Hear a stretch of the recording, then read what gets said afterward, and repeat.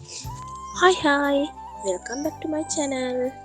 ඉතින් ඔන්න අදත් මං ආවා ජීවිතයට වැදගත් අපේ සෞඛ්‍යයට වැදගත් වීඩියෝ එකක් අරගෙන.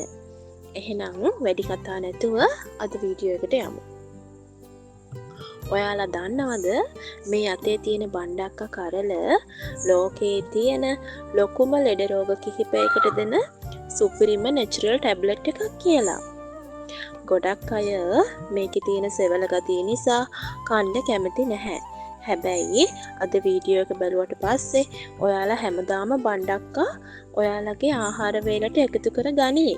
මොකද මේකේ ඇතුලේ තියෙන රහස් ඒ තරම්ම වටිනවා.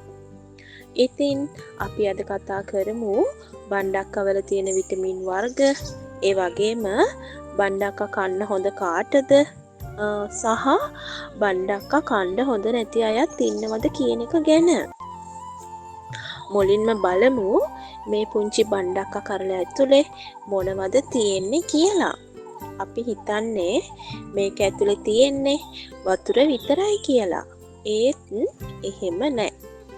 මේකේ විටමින් C තියෙනවා හිතා ගන්න බැරි විදිහට.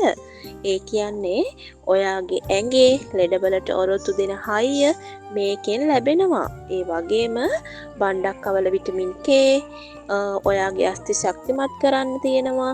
ඒ වගේම හැමෝම හොයන ෆෝලේට් බණ්ඩක්කවල ඕන තරම් තියෙනවා. ඉතින් ෆෝලේට් කියන්නේ විටමින් B9 වලට. ඔයාලා දන්නවා ගර්භණී අම්මලාට ප්‍රෙග්නන්සි පීරියඩ් එක පුරාම ෆෝලික් ඇසිඩ් ගැනීම අනිවාර්යයි. ඉතින් ඒකෙන් වෙන්නේ කුස තුල වැඩෙන කලලය වර්ධනය වීමට අවශ්‍ය සහයෝගය සපයන එක.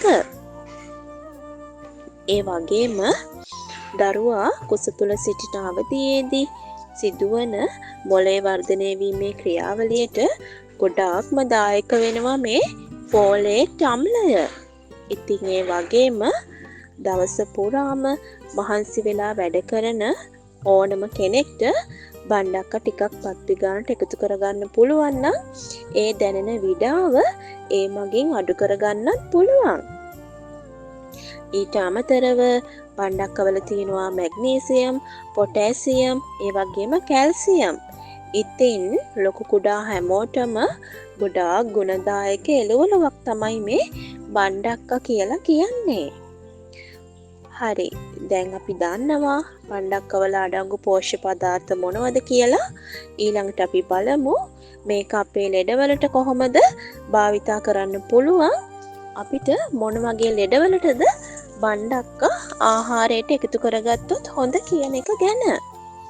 ඉතින් අපි කවුරුත් දන්නවා අද ලංකාවේ විශේෂයෙන් ලංකාවේ ගොඩාක්ම වෛරස් එකක් වගේ මේ පැතිරිලා යනවා ලොකු කුඩා භේදයකින් තොරව මේ දියවැඩියාව කියන රෝගය.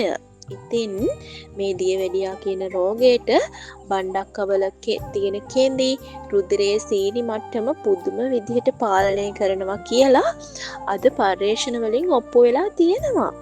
ඔයාලා අහලා ඇති බණ්ඩක්කා වතුර ගැන. රෑට බණ්ඩක්කා කරල් දෙකක් කපලා වතුර වීදුරුවකට දාලා උදේට බිව්වොත් සීනි මට්ටම හිතා ගන්න බැරි තරම් සාමාන්‍ය තත්වයට ඇවිත් තියෙයි. ඒ වගේම අපේ ඇඟේ LDL තියෙනවා නම් ඒ කියන්නේ bad cholesterol.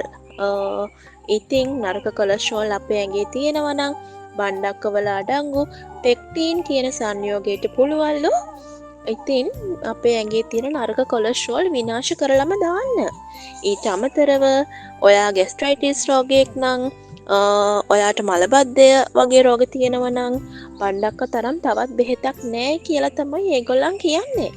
ඉතින් ඒ වගේම බණ්ඩක්ක කෑවම මතක ශක්තිය වර්ධනය වෙනවා. ඒ කියන්නේ ඔයාගේ ගෙදර ඉන්නවා නම් පාසල් යන දුවෙක් පුතෙක් ඉන්නවා නම් ඒ අයට බණ්ඩක්ක ටිකක් වැඩිපුර දෙන්න මොළේ ක්‍රියාකාරීත්වයට සහ මොළේ වර්ධනය වීමට ගොඩාක්ම දායක වෙනවා මේ බණ්ඩක්කා.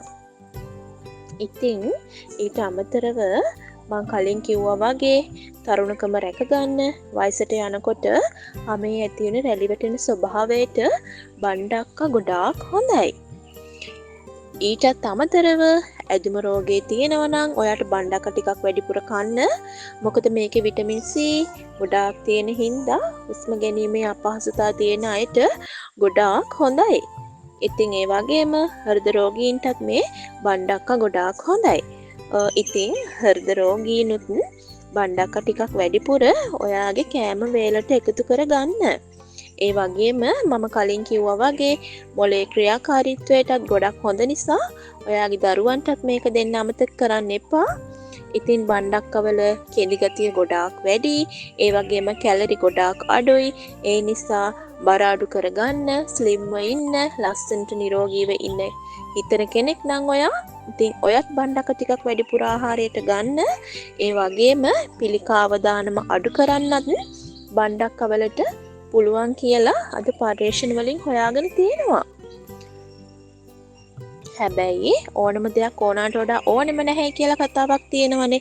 ඒ නිසා ඔයාට වකුගඩු වල ගල් තියෙනවා නම් බණ්ඩක්ක ගොඩාක් කන්න යන්න එපා. මොකද ඒකේ තියෙන සමහර සංයෝග ඒ ලෙඩේට පොඩ්ඩක් බලපාන්න පුළුවන් නිසා. ඉතින් මේ ගොඩාක් බණ්ඩක්ක ගොඩක් කන්න එපා කිව්වට පස්සේ දැන් වකුගඩු රෝගීන් බය වෙන්න එපා. බණ්ඩක්ක නොකාම ඉන්න එපා. එහෙම වුණොත් ඔයාගේ ශරීරයට ඒකින් ලැබෙන අනිකුත් විටමින් ටික ඔයාට ගන්න බැරි වෙයි. ඉතින් වකුගඩු වල ගල් තියෙනවා නම් ඔයා බණ්ඩක්ක හැමදාම කන්න එපා.